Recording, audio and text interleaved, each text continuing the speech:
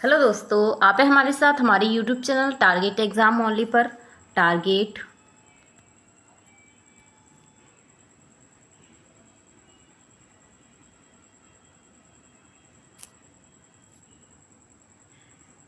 Exam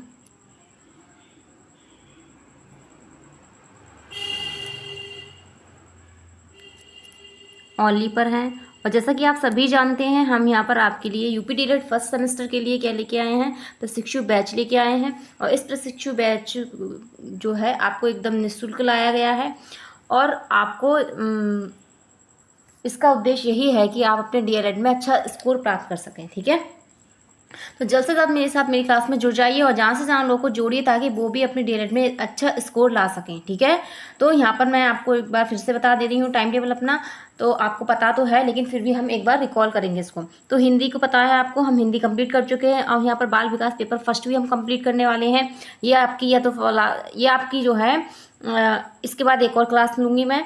ठीक है, फिर आपकी कंप्लीट होगी। फिर आपको मैं जो है वीडियो सेकंड का मैं फर्स्ट क्लास में स्टार्ट करने से पहले उसमें पहले उसका सिलेबस बताऊंगी, उसके बाद हम उसको कंटिन्यू करेंगे। ठीक है, आपको जो अंजलि मैम पढ़ाती हैं, अंजलि मैम आपको पढ़ाती हैं, संस्कृत पढ़ाती हैं और कंप्यूटर पढ़ाती हैं। ठीक है, और फिर आपको पढ़ाते हैं रंजीत सर, रंजीत सर आपको मैथ्स पढ़ाते हैं, बहुत ही बेसिक से एकदम से अच्छे से आपको मैथ्स पढ़ा रहे हैं। तो उनके साथ भी यहाँ पर जुड़ना ना भूलिए। तो यहाँ पर ये हमारा यही टारगेट है कि आपको जो है बहुत अच्छे से जो है डीएलएड में मार्क्स प्राप्त हो और किसी की भी बच्चे की भी किसी को जो है बैक का सामना ना करने पड़े। ठीक है, कि किसी की भी बैक आए उससे क्या हो, निराशा हो कि अरे बताइए इतना अच्छा कोर्स और इतना इजी कोर्स में मेरी जो है बैक आ गई है। तो आज हम क्या करेंगे देखते हैं आगे यहाँ पर हम देखेंगे यूपी डीएलएड फर्स्ट सेमेस्टर है और ये हमारा पेपर कौन सा है, बाल विकास एवं सीखने की प्रक्रिया है। इसे हम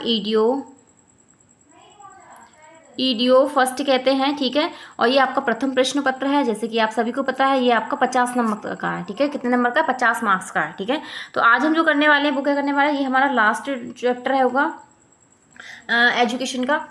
ठीक है, तो यहाँ पर आज हम करेंगे सांख्यिकी। क्या करेंगे, सांख्यिकी, स्टैटिक्स। ठीक है, तो शैक्षिक सांख्यिकी का समान, तो इसका अर्थ जानेंगे फिर इसकी परिभाषा जानेंगे। पहले इसका अर्थ देखते हैं। शैक्षिक सांख्यिकी का सामान्य अर्थ क्या है, शिक्षा संबंधित तथ्यों का वर्गीकरण, सरलीकरण और जो है अध्ययन। ठीक है, तो क्या है, शिक्षा संबंधित तथ्यों का वर्गीकरण और सरलीकरण और क्या है, अध्ययन करना, क्या कहलाता है, सांख्यिकी कहलाता है। अब देखते हैं सांख्यिकी क्या है। सांख्यिकी के लिए अंग्रेजी शब्द स्टैटिक्स, इस शब्द की उत्पत्ति लैटिन भाषा के स्टैटिस्टा, ठीक है, से मानते हैं। सांख्यिकी का तात्पर्य है प्राप्त अंकों और परीक्षाओं में प्राप्त आंकड़ों आदि प्रदानों का संग्रह करना और इन्हें भली प्रकार समझने हेतु संगठित व व्यवस्थित करना। ठीक है, ये इसका क्या है, ये इसका जो एक सटीक अर्थ है। आपको आता है तो आप इस तरीके से ही इसको लिख कर आइएगा। आगे देखते हैं, सांख्यिकी का अर्थ है सांख्यिकी में क्रमबद्ध ज्ञान होता है, इसे कला और विज्ञान दोनों माना जाता है। तो सांख्यिकी को हम क्या कहते हैं, कला और विज्ञान कहते हैं। तो ये आपको जो है बहुविकल्पी में क्वेश्चन पूछा जा सकता है कि सांख्यिकी को क्या कहते हैं, कला और विज्ञान कहते हैं, कला कहते हैं, विज्ञान कहते हैं या कुछ भी नहीं कहते हैं। तो इसको हम क्या कहते हैं, कला और विज्ञान दोनों कहते हैं, दोनों की श्रेणी में रखते हैं। अब हम आगे चलते हैं, आगे हम इसकी परिभाषा देखेंगे। ठीक है, तो सांख्यिकी की परिभाषा क्या है, सांख्यिकी की परिभाषा, तो क्या है परिभाषा इसकी, वह विज्ञान जो प्रदत्तों के संकलन, विश्लेषण और निर्णायन से संबंधित नियमों का अध्ययन करता है, सांख्यिकी कहलाता है। वह विज्ञान जो प्रदत्तों के संकलन, विश्लेषण और निर्णायन से संबंधित नियमों का अध्ययन करता है, सांख्यिकी कहलाता है। तो इसमें फर्स्ट जो परिभाषा दी है वो दी है बाउले के अनुसार। तो बाउले ने क्या कहा है सांख्यिकी अनुसंधान के किसी विभाग से संबंधित तथ्यों का ऐसा संख्यात्मक विवरण है जिसे एक दूसरे से संबंध में रखा जा सकता है। क्या है, सांख्यिकी अनुसंधान के किसी विभाग से संबंधित तथ्यों का एक ऐसा संख्यात्मक विवरण है जिसे एक दूसरे के संबंध में रखा जा सकता है। ठीक है, तो ये किसके अनुसार थी, ये है बाउले के अनुसार। सेकंड जो इसकी डेफिनेशन वो है क्रोक्सटन और काउंडेन के अनुसार। किसके अनुसार? क्रोक्सटेन और काउंडेन के अनुसार। तो सांख्यिकी को संख्यानात्मक तथ्यों का संग्रहण, प्रस्तुतिकरण और क्या विश्लेषण, विवेचन कहा जाता है। सांख्यिकी को संख्यानात्मक तथ्यों का संग्रहण, प्रस्तुतिकरण, विश्लेषण तथा विवेचन कहा जाता है। अगली डेफिनेशन है वो है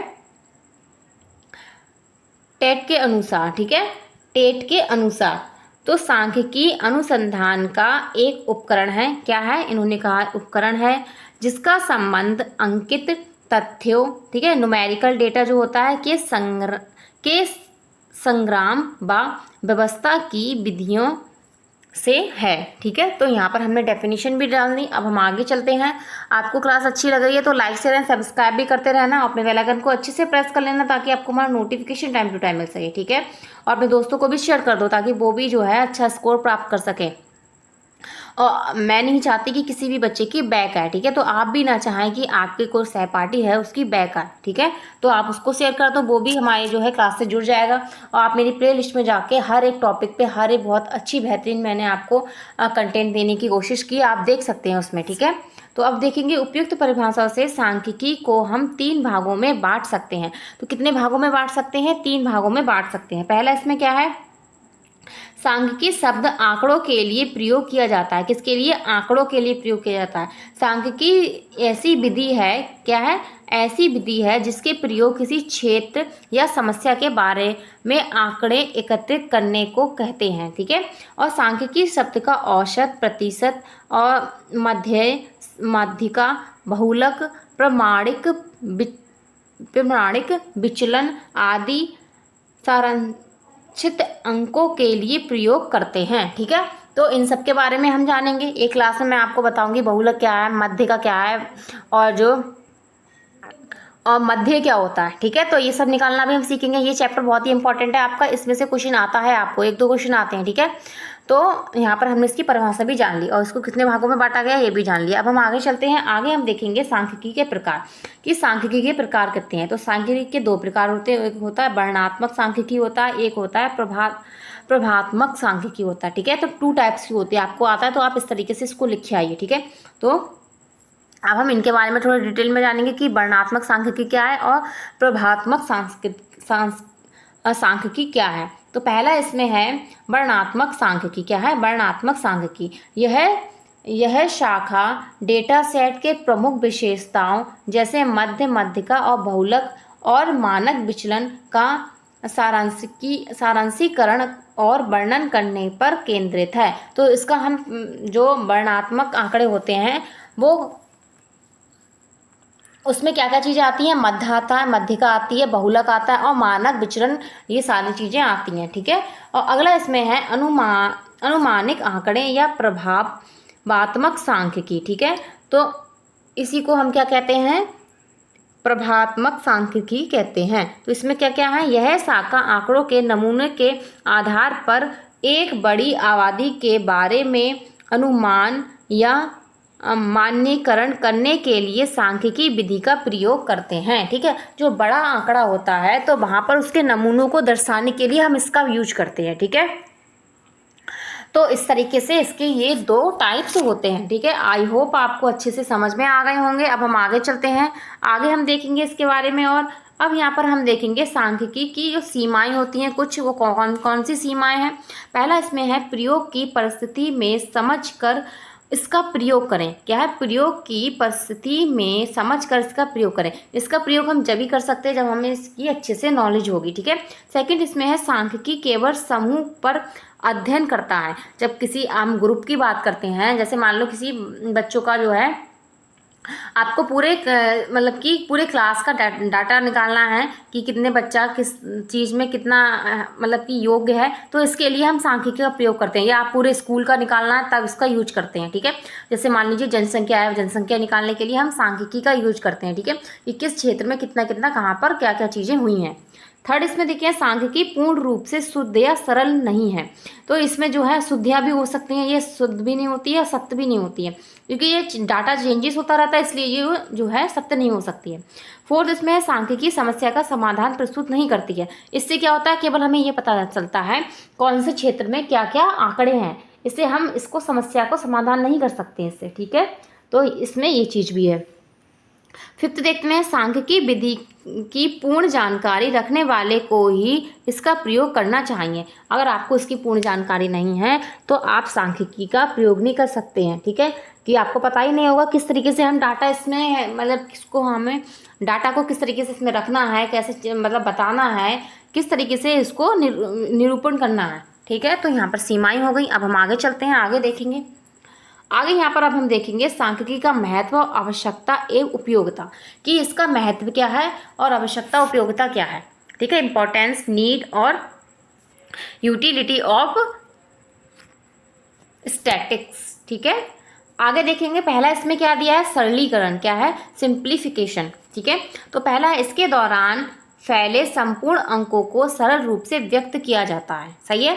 सेकंड इसमें है तुलनात्मक अध्ययन, क्या है, तुलनात्मक अध्ययन है। तो दो समूहों में व्यक्तिगत भेद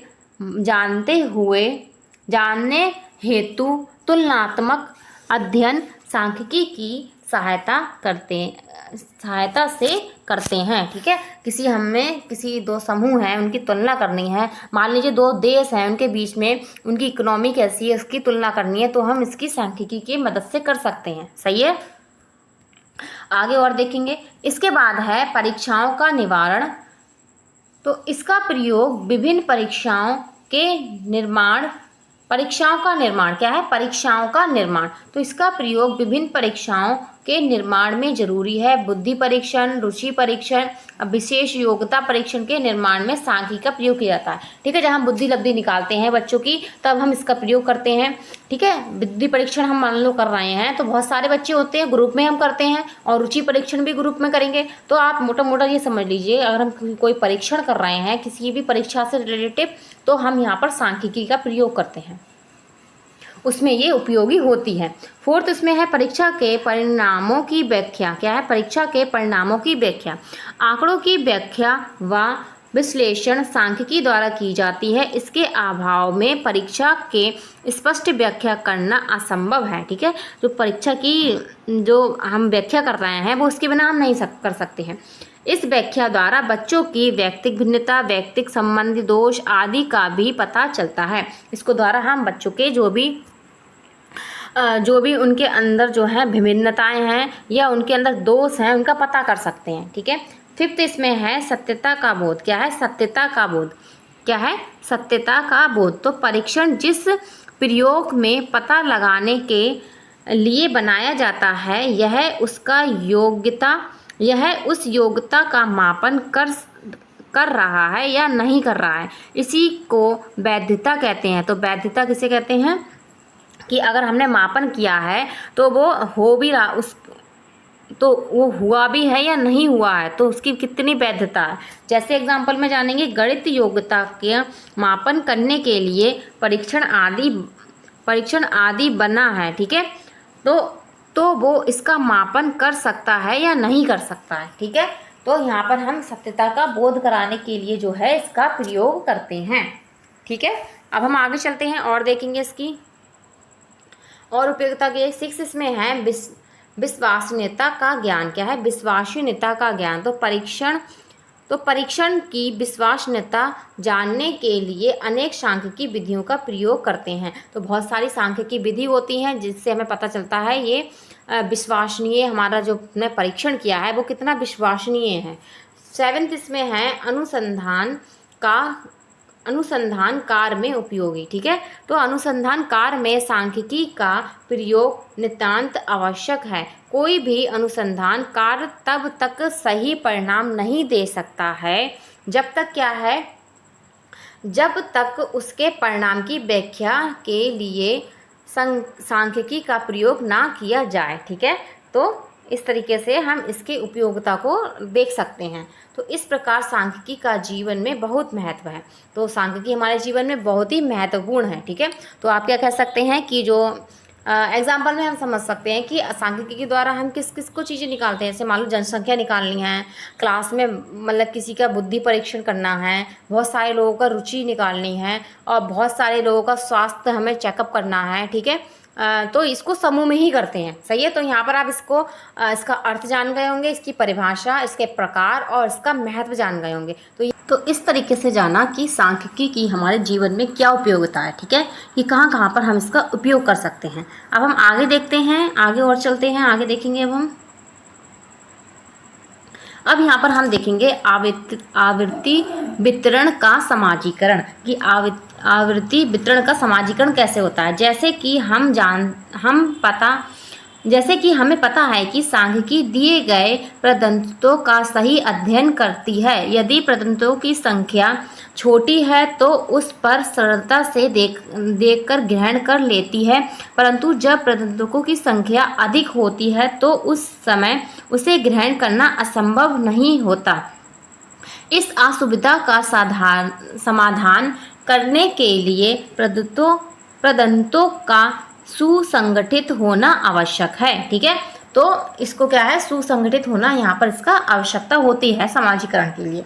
तो आवृत्ति देखते हैं कि आवृत्ति क्या है। आवृत्ति के अनुसार क्या है, हम प्रदत्तों के सुसंगठन कर सकते हैं। इस प्रकार किया हुआ संगठन आवृत्ति वितरण कहलाता है। क्या कहता है, आवृत्ति वितरण कहलाता है। तो यहाँ पर हमने आवृत्ति वितरण को भी जान लिया। अब हम देखेंगे आवृत्ति वितरण बनाने के लिए हमें निम्न पदों का ध्यान रखना चाहिए। अब कौन कौन से पद हैं वो जानेंगे इसको बनाने के लिए। तो आइए देखते हैं। तो इसमें पहला इसमें क्या होगा, वास्तविक प्राप्तांकों का प्रसार क्षेत्र ज्ञात करना चाहिए, और प्रसार क्षेत्र वह अंतर है जो अधिकतम व न्यूनतम प्राप्तांकों के बीच होता है, ठीक है। जो अधिकतम और न्यूनतम प्राप्तांकों के बीच जो होता है, अंतर होता है, वही ये प्रसार होता है। इसके आगे देखते हैं। इसके बाद वर्गांतर क्या होता है। पहले हम क्या निकालेंगे, क्षेत्र का प्रसार निकालेंगे, उसके बाद क्या करेंगे, वर्गांतर, ठीक है, वर्गांतर करेंगे की संख्या तथा वर्ग की लंबाई या विस्तार, उसका साइज जानेंगे क्या है, का निर्माण प्रसार पर निर्भर करता है। और ये चीज़ें क्या है, उसके प्रसार पर निर्भर करती हैं। जितना हमारा प्रसार क्षेत्र होगा उसी के अनुकूल हम वर्ग विस्तार का चयन करेंगे। वर्ग विस्तार के चयन के लिए कोई निश्चित नियम नहीं है। हम उसका विस्तार साइज मतलब क्या हो सकता है, 1 2 3 4 5 6 7 8 9 या 10 आदि कुछ भी ले सकते हैं। इसके पश्चात वास्तविक प्राप्तांकों को समुचित वर्ग में सारणीबद्ध किया जाता है। क्या करा जाता है, एक सारणी बनाई जाती है। उसमें हम क्या है 1 2 3 4 5 6 के जो हैं लिख सकते हैं। आगे चलते हैं, आगे देखेंगे। और इसके बाद हम देखेंगे कि इसको हम फिर यहाँ पर हमने देख लिया, ठीक है, प्रसार देख लिया। फिर हमने यहाँ पर इसको ये भी देख लिया कि इसका सारणीबद्ध कैसे किया जाएगा। तो इसको हम क्या कहते हैं, इसे हम कहते हैं ग्राफिकल रिप्रेजेंटेशन ऑफ डाटा, ठीक है। आंकड़ों का रेखा चित्रीय निरूपण, आंकड़ों का रेखा चित्रीय या आलेखीय निरूपण अधिक स्पष्ट, अधिक आकर्षक और अधिक प्रभावशाली होता है। आलेखों की सहायता से आंकड़े जो होते हैं सरल सुबोध बनते हैं और क्या है, रुचिकर होते हैं, ठीक है। इस तरीके से हम डाटा को जो सारणी द्वारा दर्शाते हैं वही क्या होता है, ग्राफिकल रिप्रेजेंटेशन ऑफ डाटा कहलाता है, ठीक है। अब हम आगे चलते हैं। आगे हम देखेंगे कि आंकड़ों का रेखा चित्रणीय निरूपण निम्न प्रकार है। इसके प्रकार देखेंगे, ये बहुत ही मोस्ट इंपॉर्टेंट आपके लिए क्या है, मोस्ट इंपॉर्टेंट है, इससे क्वेश्चन बनता है, ठीक है। तो पहला इसमें है आयतन चित्र, ठीक है। इसको एक एक के बारे में हम जानेंगे। फिर होगा बारंबारता, बहुजन। इसके बाद होगा संचय, बारंबारता, ये ऐसे हम क्या कहते हैं, तोरण कहते हैं। क्या कहते हैं, तोरण कहते हैं। तो पहला जानेंगे आयत चित्र। आयत चित्र क्या है, पहला इसमें है आयत चित्र। यह बारंबारताओं का ग्राफ होता है। आयत चित्र में प्रत्येक वर्ग के लिए एक आयत बनाया जाता है। इसका क्षेत्रफल उस वर्ग की बारंबारता के समानुपाती होता है। आयत की चौड़ाई उस वर्ग के अंतराल के बराबर होती है तथा आयत की ऊंचाई उस वर्ग की बारंबारता के समानुपाती होती है। अगर आपसे पूछा जाए आयत चित्र क्या है तो उस तरीके से आपको वहां पर डिफाइन करना पड़ेगा। आगे देखते हैं इसे बनाने की विधि क्या होती है। तो संचित पैमाना मानक, इसके लिए हम किसका प्रयोग करते हैं, एक संचित पैमाना मानक का प्रयोग करते हैं। इसमें पहला क्या होता है, एक्स अक्ष होता है और क्या होता है, वाई अक्ष होता है। एक्स अक्ष का वर्ण लेते हैं और वाई अक्ष का प्रत्येक वर्ग की बारंबारता ली जाती है। ठीक है। और स्तंभकृति वह रेखा चित्र है जिसमें आवृत्तियों को स्तंभों द्वारा प्रदर्शित किया जाता है। किसके द्वारा, स्तंभों द्वारा प्रदर्शित किया जाता है। अब आगे चलते हैं, आगे देखेंगे हम। अब इसका एग्जाम्पल देखेंगे कि है क्या। तो ये इस तरीके से जो है बनी होती है। सही है। तो उदाहरण के लिए निम्न सारणी में एक नगर है और आयु वर्ग के साक्षात स्त्रियों का क्या करा गया है, बताया गया है कि कितनी स्त्रियां हैं। तो आयु वर्ग में जो है इतनी स्त्रियां हैं और इस 15 से 19 में है 980 हैं, 20 से 24 में 800 हैं, 25 से 29 में क्या है 580 हैं और 30 से 34 में 290 स्त्रियां हैं। ठीक है। इस स्त्रियों की संख्या है। इस तरीके से हम इसको निरूपित करते हैं। अब आगे चलते हैं। तो इस तरीके से ये होता है। ठीक है। आगे हम एक और एग्जाम्पल के तहत देखते हैं जो बुक में दिया होता है, जैसे उससे आपको और अच्छे से समझ में आएगा। एक यहाँ पर है, ये क्या है, आयत चित्र है। इस तरीके से जो है ये वाई अक्ष होता है। ठीक है। ऐसे लंबे में होता है और यहाँ पर ये एक्स अक्ष होता है। ठीक है। तो इस तरीके से हम यहाँ पर कुछ भी गिनतियाँ लिख सकते हैं और यहाँ पर ये नंबरिंग यहाँ पर हमने ये दी है 10, 20, 30, 40, 50, 60, 80। ठीक है। तो इस तरीके से अगर आपको आता है आप ये भी बना सकते हैं। सही है। अब आगे चलते हैं, आगे देखेंगे। और यहाँ पर दिया है कि आवर्ती बहुजन बनाने में हमें वर्गांतर के मध्य बिंदु की आवश्यकता पड़ती है। साथ ही हमें क्या है, प्रारंभ वर्गांतर के बीच और अंतिम वर्गांतर के बीच एक एक वर्गांतर की कल्पना करनी पड़ती है जिसकी आवृत्ति की शून्य मान लिया जाता है। आवृत्ति का क्या है, 0 से स्टार्ट करते हैं। किससे स्टार्ट करते हैं, 0 से स्टार्ट करते हैं। हम अपनी सुविधा के लिए तालिका के निम्न रूप से व्यक्त कर सकते हैं, जैसे कि हमने अभी देखा। ठीक है। तो ये सारे जो हैं होते हैं तालिका को व्यक्त करने के। तो यहाँ पर हमने फर्स्ट देख लिया प्रकार इसका। अब हम सेकंड प्रकार की तरफ चलते हैं। सेकंड प्रकार है बारंबारता बहुजन। क्या है, बारंबारता बहुजन। तो अंग्रेजी में इसे क्या कहते हैं, पॉलीगन कहते हैं। क्या कहते हैं, पॉलीगन। शब्द का अर्थ क्या होता है, अनेक रेखाओं वाली आकृति या बहुभुजा। अतः हम कह सकते हैं कि बहुभुजा वह रेखा चित्र है जिसमें आवृत्तियों का अनेक भुजाओं द्वारा प्रदर्शन किया जाता है। कैसे, अनेक भुजाओं द्वारा क्या है, प्रदर्शन किया जाता है। अब यहाँ पर आप इसको भी समझ गए होंगे। अब इसको एग्जाम्पल के तहत देख लेते हैं। तो इसका एग्जाम्पल ये है, उदाहरण क्या है, एक ही आलेख पर दोनों आयु वर्ग के रक्तचापों के लिए है बारंबारता बहुजन खींचिए। तो इस तरीके से हम इसे खींचेंगे। ठीक है। यहाँ पर क्या है, ये हमने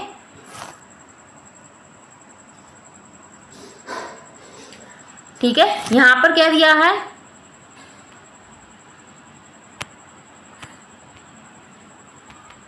यहाँ पर दिया है रक्तचाप दिए, वर्गांतर दिया है, फिर यहाँ पे चिन्ह दिया है, वर्ग का चिन्ह दिया है, फिर यहाँ पे आयु दी है कर्मचारियों की, और यहाँ पर क्या है, ये 40 से 60 तक के लोगों की दी है। ठीक है। तो इस तरीके से ये है, इसको हम इस तरीके से दिखा सकते हैं और इसे हम इसमें इस तरीके से ग्राफ के द्वारा इसे दिखा रहे हैं। ये क्या कहा जाएगा, ये बारंबारता बहुजन कहलाया जाएगा। सही है। तो आगे चलते हैं, इसको भी आप समझ गए होंगे अच्छे से। अब हम आगे चलते हैं।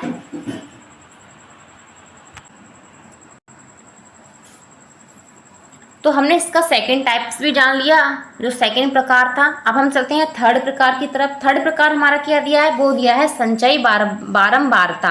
क्या है, संचयी बारंबारता। इसे हम क्या कहते हैं, तोरण कहते हैं। क्या कहते हैं, तोरण कहते हैं। तो संचयी बारंबारता चक्र को रेखा चित्र है। क्या है, संचयी बारंबारता वक्र को रेखा चित्र है जो संचयी बारंबारता क्या करता है, प्रदर्शित करता है।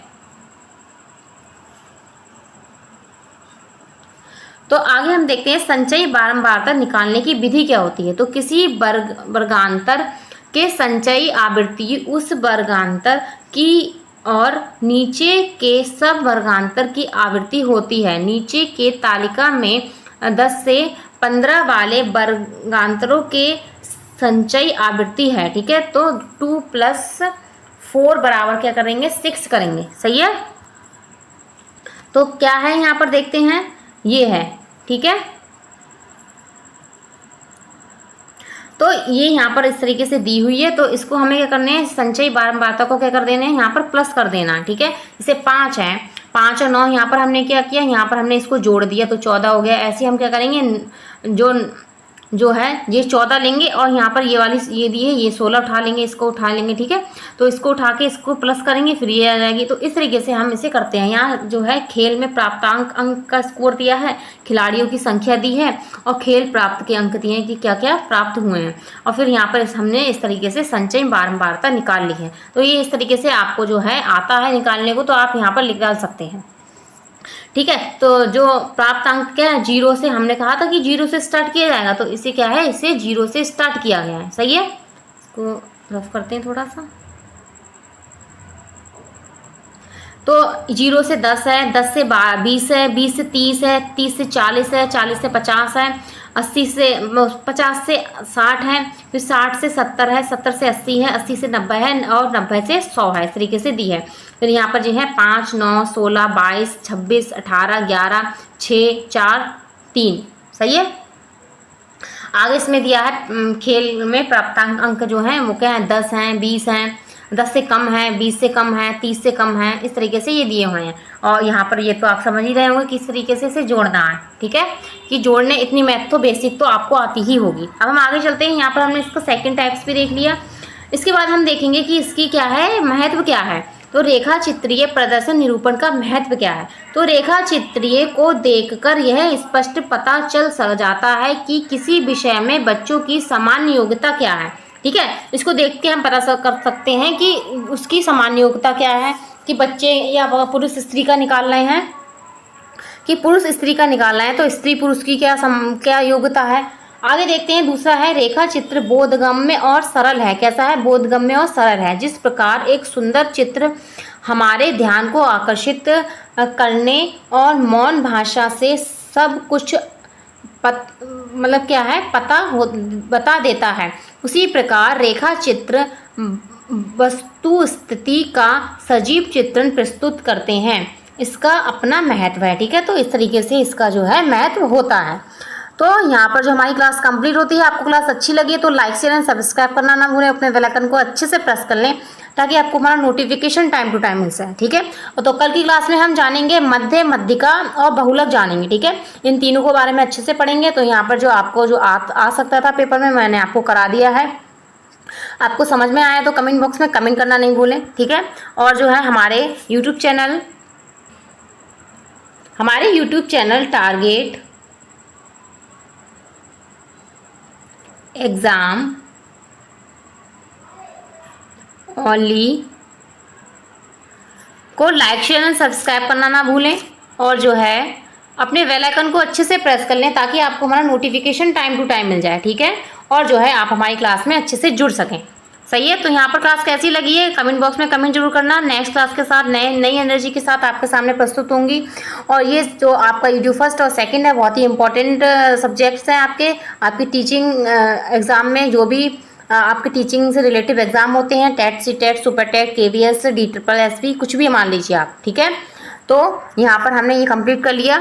कल आपके सामने नई क्लास के साथ हाजिर होंगी। ओके, आज के लिए बस इतना ही। धन्यवाद।